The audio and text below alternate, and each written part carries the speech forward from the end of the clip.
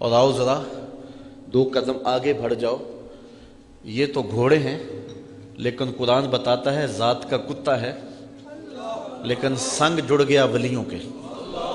اور اللہ نے اس کتے کے بیٹھنے کے سٹائل کو بھی قرآن میں بیان کر دیا. وَقَلْبُهُمْ بَاسِطٌ ذِرَاعَيْهِ بِالْوَسِيدِ. قرآن کہتا ہے سورہ کہف اٹھائیں، ان کا کتا غار کے دھانے پر بازوؤں کو پھیلا کے بیٹھا ہوا ہے. میں آپ سے پوچھتا ہوں، قرآن مجید کا تو ایک ایک حرف اور ایک ایک لفظ حیات بخش ہے اور زندگی بانٹتا ہے اور ہمارے لیے سراسر ہدایت ہے. تو اس میں ہماری کیا رہنمائی ہے؟ اس میں قرآن نے ہمیں کیا ہدایت دی ہے؟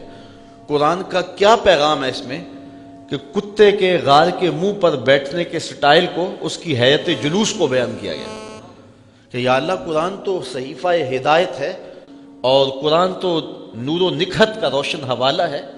یہ تو زندگی گزارنے کا اسلوب دیتا ہے، یہ تو حیات بخش ہے، یہ تو ہدایت آفری ہے.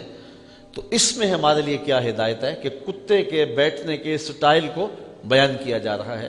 کہا یہی تو بتانا چاہتا ہوں کہ ذات کا کتا بھی ہو، ولیوں کے سنگ جڑ جائے تو رب کو وہ بھی پیارا لگتا ہے، اس لیے کہ وہ میرے ولیوں کی سنگت میں آ گیا ہے. تو جو کتا ولیوں کی سنگت میں آ جائے وہ تو محبوب ہو جائے، اور جو انسان غوث اعظم کی چوکھٹ پہ بیٹھ جائے تو پھر اس کی عظمت کا عالم کیا ہوگا اور ان کی رفتوں کا عالم کیا ہوگا.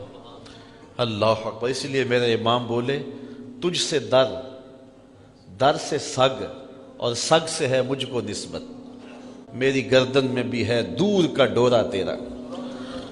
تو یہ نسبتیں انسان کو قربت کی منزلیں دیتی ہیں.